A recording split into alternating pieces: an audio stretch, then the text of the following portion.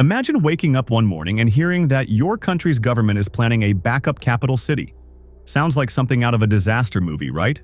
Well, that's exactly the conversation happening in Japan right now. Around the world, several countries, including Egypt, Indonesia, Mongolia, Zimbabwe, and Iran, have been discussing moving or creating new capital cities. Now Japan has joined that list, but for a very different reason.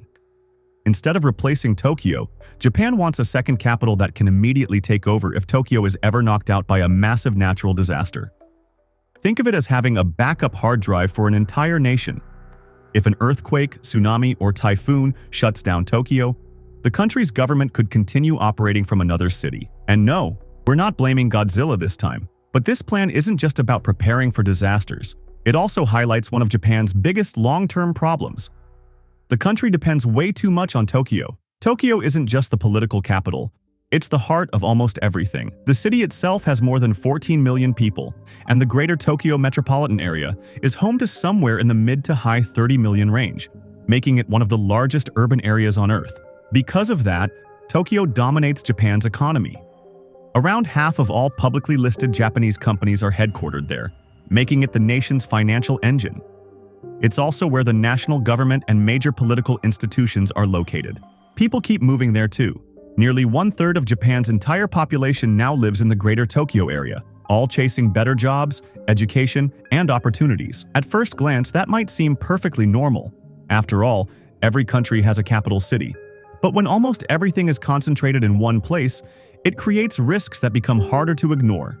And those risks are exactly why Japan is seriously considering building a backup plan for the future. Here's where Japan's Tokyo problem gets even more serious. Because so many people, businesses, and government offices are packed into one city, the rest of the country is slowly being left behind. And that's happening at the same time Japan is dealing with one of the world's biggest demographic challenges. Japan's birth rate has stayed extremely low for years, while its population continues to age and shrink. As the population declines, young adults are leaving smaller towns and rural communities for better opportunities in Tokyo. That creates a chain reaction. Villages lose workers, local businesses struggle to stay open, schools close because there aren't enough children, hospitals have fewer staff, entire communities begin shrinking year after year. The numbers tell the story. Out of Japan's 47 prefectures, only 7 recorded population growth in 2025, and 4 of those were located in the greater Tokyo area. That's a huge sign of just how concentrated the country's growth has become. But demographics are only half the problem. The other issue is something Japan knows all too well: natural disasters. Japan sits where 4 tectonic plates meet, making it one of the most earthquake-prone countries on the planet. And Tokyo, despite all its modern technology, is still considered one of the world's most disaster-vulnerable major cities. Experts are especially concerned about the Nankai Trough, an underwater trench off Japan's Pacific coast that's capable of producing enormous earthquakes.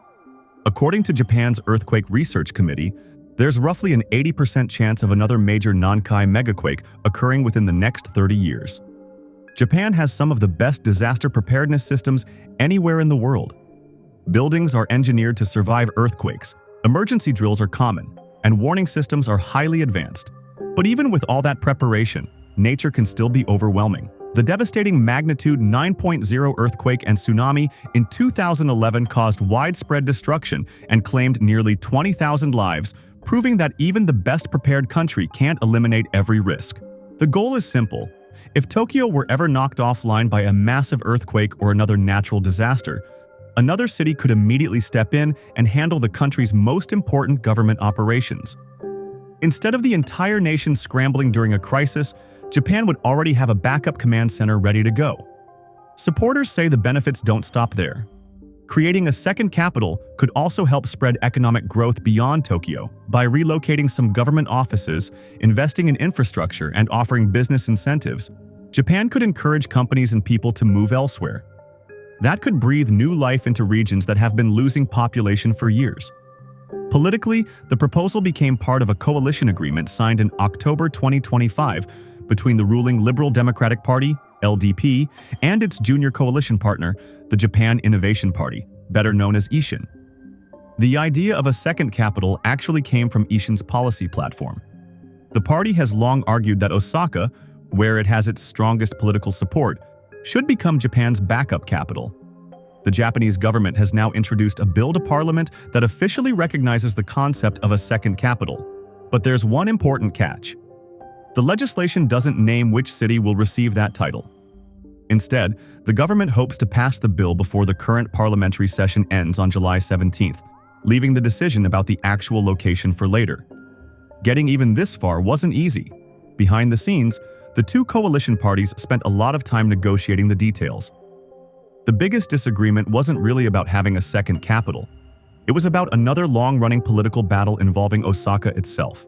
And that's where things start getting complicated, because the debate quickly shifts from disaster planning to politics, local power, and competing regional ambitions.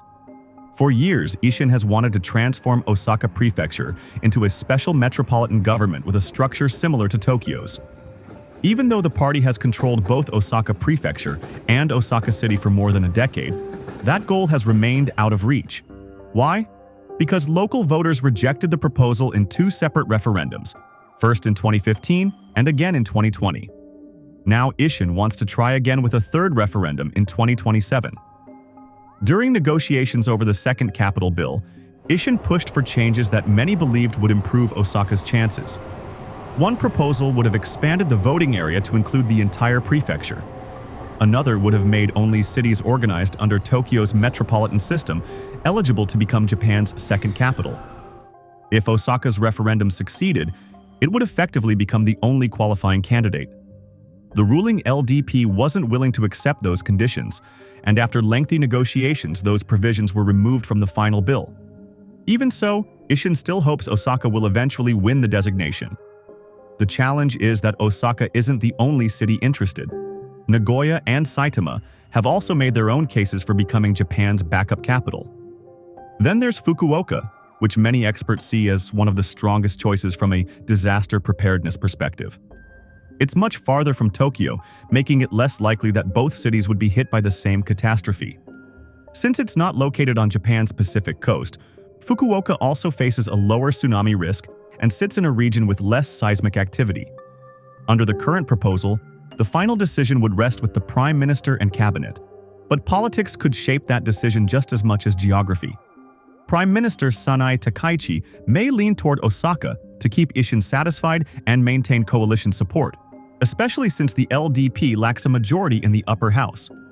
Whether Japan's backup capital becomes Osaka or another city entirely will depend on balancing national safety with political reality.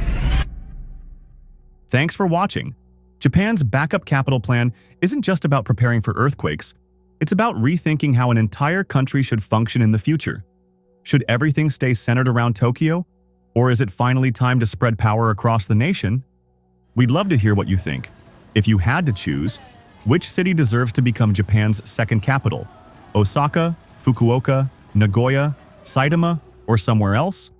Drop your opinion in the comments. If you enjoyed this breakdown, don't forget to like, subscribe, and hit the notification bell because we've got more fascinating global stories coming your way. See you in the next one.